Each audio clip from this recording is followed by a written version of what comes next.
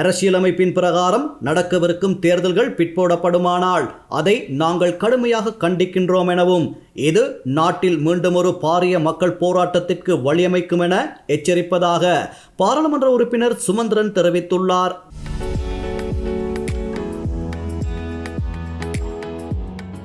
முன்னதாக ஜனாதிபதி தேர்தலையும் பொது தேர்தலையும் 2 வருடங்களுக்கு ஒத்திவைத்து தேவைப்பட்டால் இதற்கான பிரேரணையை பாராளுமன்றத்தில் சமர்ப்பித்து சர்வஜன வாக்கெடுப்புக்கு செல்ல முடியும் என ஐக்கிய தேசிய கட்சியின் பொதுச் செயலாளர் பாலித்த ரங்கே பண்டார தெரிவித்துள்ளார்.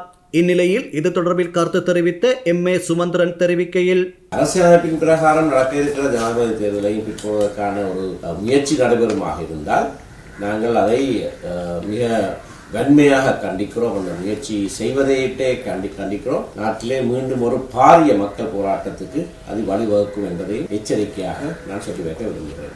இந்நிலையில் இந்த விடயம் தொடர்பில் கருத்து வெளியிட்ட பாராளுமன்ற உறுப்பினர் கீன்ஸ் நெல்சன், මම දන්න විදිය නම් අපේ රටේ තියෙන ආණ්ඩුක්‍රම ව්‍යවස්ථාවේ තුල ජනාධිපති මැතිවරණයක් කල් දාන්න බෑ. ජනාධිපති මැතිවරණයක් ජනමත විචාරණයකට ගේන්න බෑ. ආණ්ඩුක්‍රම ව්‍යවස්ථාවේ මොන වගන්තියද මේක තියෙන්නේ? ඉතින් එක්සත් ජාතික පක්ෂයේ මහලේකම්තුමාට කියනවා ඔබතුමා මේ රටේ ජනතාවට මේවා කියන්න කලින් මොන වගන්තියද තියෙන්නේ ජනාධිපති මැතිවරණයක් කල් දාන්න පාර්ලිමේන්තුවට යෝජනාවක් ගෙනල්ලා ජනමත විචාරණයට යන්න මොන ප්‍රතිපාදනද කොතනද තියෙන්නේ කියන එක. ஜனாதிபதி தேர்தலையும் பொது தேர்தலையும் 2 வருடங்களுக்கு ஒத்திவைத்து தேவைப்பட்டால் இதற்கான பிரேரணையை பாராளுமன்றத்தில் சமர்ப்பித்து சர்வஜன வாக்கெடுப்புக்கு செல்ல முடியும் என ஐக்கிய தேசிய கட்சியின் பொதுச் செயலாளர் பாலித்த ரங்கே பண்டார அரசியலமைப்பு சட்டத்தை சரியாக புரிந்து கொள்ளாமலே இவ்வாறான கருத்துக்களை வெளியிடுகின்றார். அரசியலமைப்பின் பிரகாரம் ஜனாதிபதி தேர்தலை ஒத்திவைக்க முடியாது, ஜனாதிபதி தேர்தலுக்காக சர்வஜன வாக்கெடுப்பு நடத்த முடியாது என அவர் தெரிவித்தார். இதேவேளை இந்த விடயம் தொடர்பில் கருத்து வெளியிட்ட சுதந்திர மக்கள் சபையின் பிரதிநிதியும் பாராளுமன்ற உறுப்பினருமான பேராசிரியர் ஜி.எல். பீரிஸ், දැන් ඉතාමත් පැහැදිලිව පෙනෙනවා මේක කරන්න බෑ කියලා. ආසයි බයයි.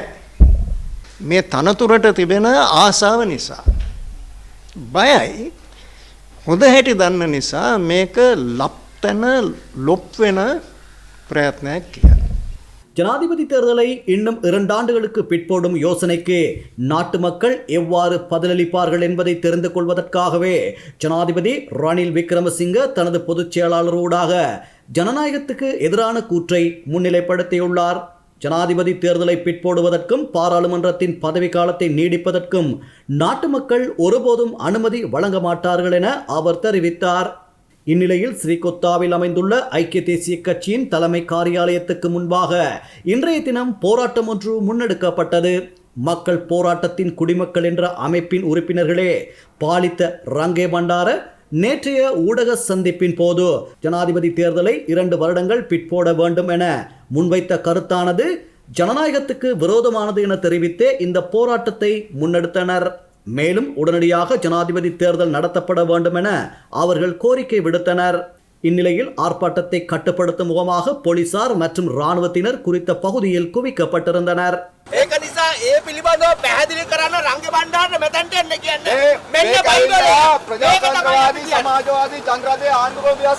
රංග බණ්ඩාරගේ ප්‍රජාතන්ත්‍ර විරෝධී ත්‍රස්තවාදී ප්‍රකාශය පාලිත රංග බණ්ඩාර වහාම හකුලා ගත යුතුයි.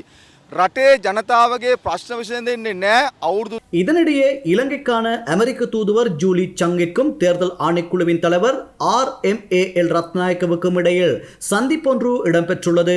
நாட்டில் நடத்தப்பட உள்ள தேர்தல்கள் தொடர்பில் இதன் போது கலந்துரையாடப்பட்டதாக இலங்கைக்கான அமெரிக்க தூதுவர் தமது எக்ஸ் தளத்தில் பதிவேற்றியுள்ளார். அத்துடன் தேர்தலை நடத்துவது தொடர்பில் ஏற்பட்டுள்ள நெருக்கடி நிலைமை தொடர்பில் அமெரிக்க தூதுவர் தேர்தல்கள் ஆணைக்குழுவின் தலைவரிடம் வினவியுள்ளார். இதற்கு பதிலளித்துள்ள தேர்தல் ஆணைக்குழுவின் தலைவர் அரசியலமைப்பினூடாக தனக்கு வழங்கப்பட்டுள்ள அதிகாரத்திற்கமைய எதிர்வரும் தேர்தல்கள் நடத்தப்படும் என்று தெரிவித்துள்ளார். இதேவேளை ஐரோப்பிய ஆணைக்குழுவின் தூதுவர்கள், ஐக்கிய ராச்சியத்தின் உயர்ஸ்தானிகர்கள் உள்ளிட்ட பலர் கடந்த சில நாட்களாக தேர்தல்கள் ஆணைக்குழுவின் உறுப்பினர்களை சந்தித்து எதிர்வரும் தேர்தல்கள் தொடர்பில் கலந்துரையாடியிருந்தமை குறிப்பிடத்தக்கது.